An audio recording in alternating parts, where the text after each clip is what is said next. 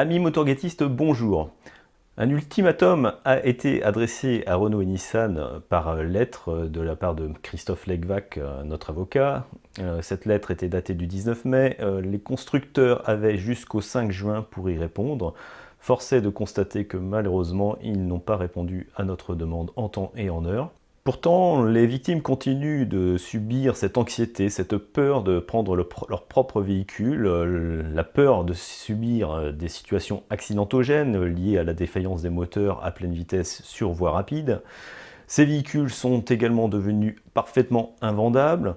Lorsque la situation se pose, que les victimes sont obligées de faire une demande de prise en charge, on se rend compte qu'il s'agit d'un rapport de force du pot de terre contre le pot de fer. Donc toute cette situation ne peut plus durer. Aussi, nous comptons suivre notre calendrier. Il est connu depuis janvier dernier et nous comptons bien rester maîtres des horloges. La rédaction des assignations sera finalisée pour la saisine du tribunal le vendredi 10 juin. Les dates d'audience seront communiquées une fois fixées par le tribunal. L'association prépare en parallèle un tour de France à la rencontre de celles et ceux qui subissent ce Motorgate, ainsi que des rencontres avec les professionnels spécialistes du Motorgate.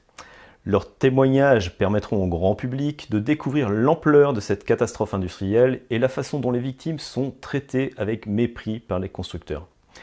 Renault et Nissan usent de leur position de force et abusent de la dépendance économique des victimes pour les contraindre à accepter des prises en charge parfaitement inégales et inéquitables.